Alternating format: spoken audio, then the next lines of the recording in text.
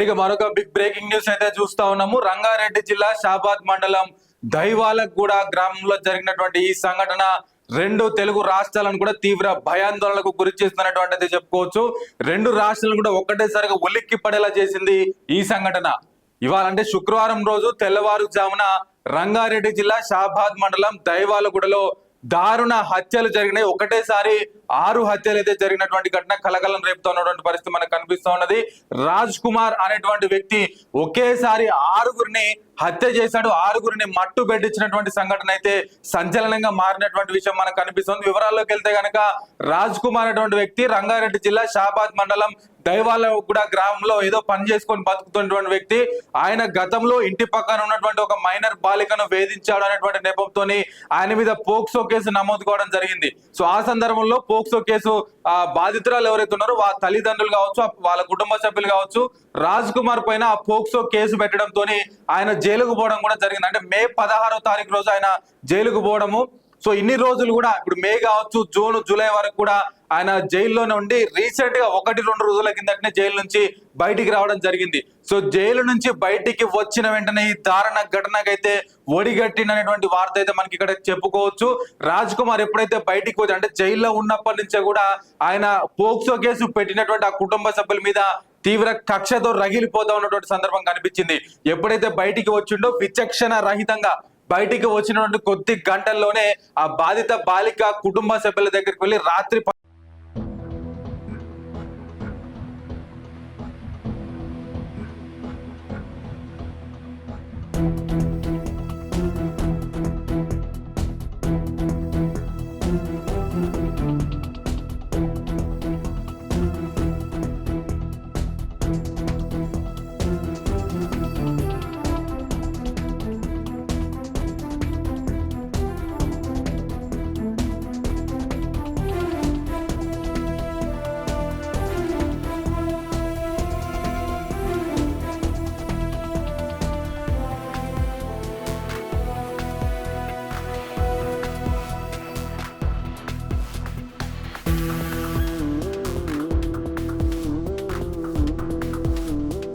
పదకొండు గంటల సమయంలో ఆ కుటుంబ సభ్యుల దగ్గరికి వెళ్ళి 6గురిని ఎవరైతే ఆ బాధిత బాలిక ఎవరైతే ఉన్నారో బాధిత బాలికను ఆయనలో ఉన్నటువంటి ఒక 2-3 కుటుంబ సభ్యులను అతి దారుణంగా కత్తితో పొడిచి చంపి, అదే విధంగా ఆ బాధిత బాలిక ఎవరైతే ఉన్నారో పోక్సో కేసు నిందితురాలు ఎవరైతే ఉన్నారో ఆమెని పొలాల దగ్గరికి తీసుకుపోయి రేప్ చేసి మరి అంటే అత్యాచారం చేసి మరి చంపేసినటువంటి ఘటన సంచలనంగా మారుతోంది.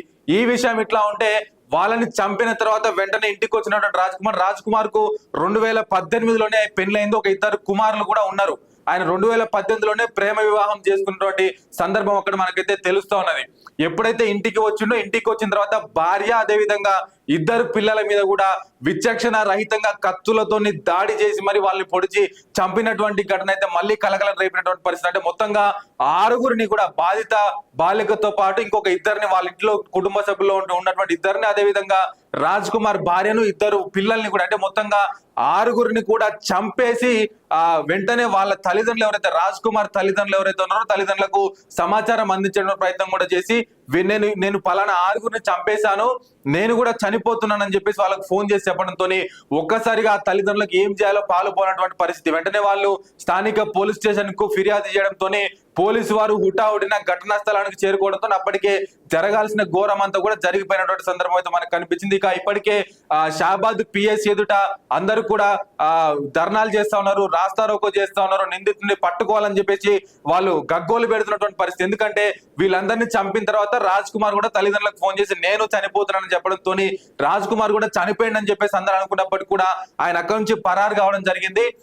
ఇప్పటి వరకు రాజ్ కుమార్ ఎక్కడ ఉన్నాడు కూడా తెలియనటువంటి పరిస్థితి. అక్కడ ఉన్నటువంటి స్థానిక కమిషనర్ కావచ్చు, ఎస్ఐలు, సిఐలు, పోలీసు ఉన్నతాధికారులు అందరూ కూడా ఘటనా స్థలానికి చేరుకోవడమే కాకుండా చుట్టుపక్కల ప్రాంతాల్లో రాజ్ కుమార్ కోసం గాలిస్తున్నటువంటి సందర్భం కూడా మనకైతే కనిపిస్తున్నది. రాజ్ కుమార్ అనేటువంటి వ్యక్తి గతంలో కూడా ఇట్లాంటి కొన్ని చర్యలకు పాల్పడినప్పుడు పోలీసు వారు సరైన చర్యలు తీసుకొని ఉంటే ఈ ఘోరం జరిగేది కాదు. అసలు బెయిల్ ఇవ్వకుండా ఉంటే బాగుంటుండే. పోక్సో కేసులో బెయిల్ ఇచ్చిన తర్వాత కుటుంబ సభ్యులు అంటే అభం శుభం తెలియనటువంటి 2 చిన్నారుల ప్రాణాలు తీసుకున్నటువంటి రాజ్ కుమార్ ను కఠినంగా శిక్షించాలి.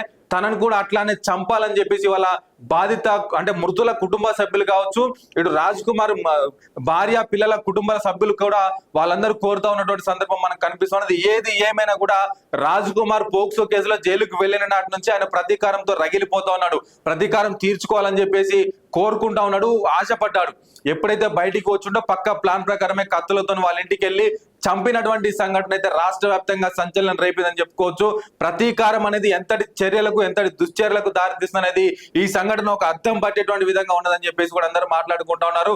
పోలీసు వాళ్ళకు కూడా ఈ సంఘటన ఒక ఛాలెంజ్ గా మారింది. అదేవిధంగా అక్కడ ఉన్నటువంటి ఆ గ్రామంలో ఉన్నటువంటి వాళ్ళందరూ కూడా నిద్రపోవడానికి కూడా ఈ గత 1-2 రోజుల నుంచి భయపడతా ఉన్నటువంటి పరిస్థితి. ఎందుకంటే ఎప్పుడు ఎక్కడ ఏం జరుగుతుందో అర్థం కానటువంటి పరిస్థితి. రాజ్ కుమార్ ఇప్పటివరకు కూడా దొరకలేదు.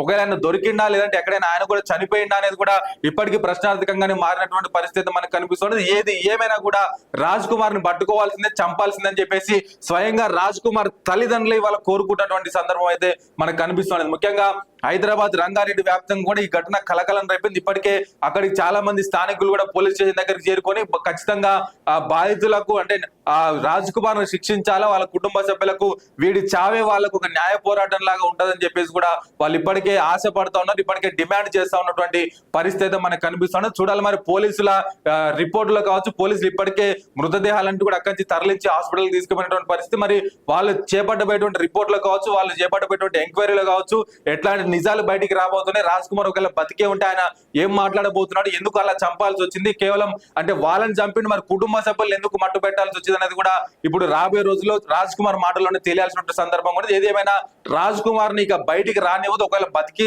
బట్టగట్టినా కూడా ఇక జీవితాంతం జైలుకే పరిమితం చేయాలి. అవసరమైతే వాడిని కూడా అదే విధంగా చంపాలని చెప్పేసి వాళ్ళ కుటుంబ సభ్యులందరూ కూడా డిమాండ్ చేస్తా ఉన్నటువంటి పరిస్థితి మనకు కనిపిస్తా ఉన్నది.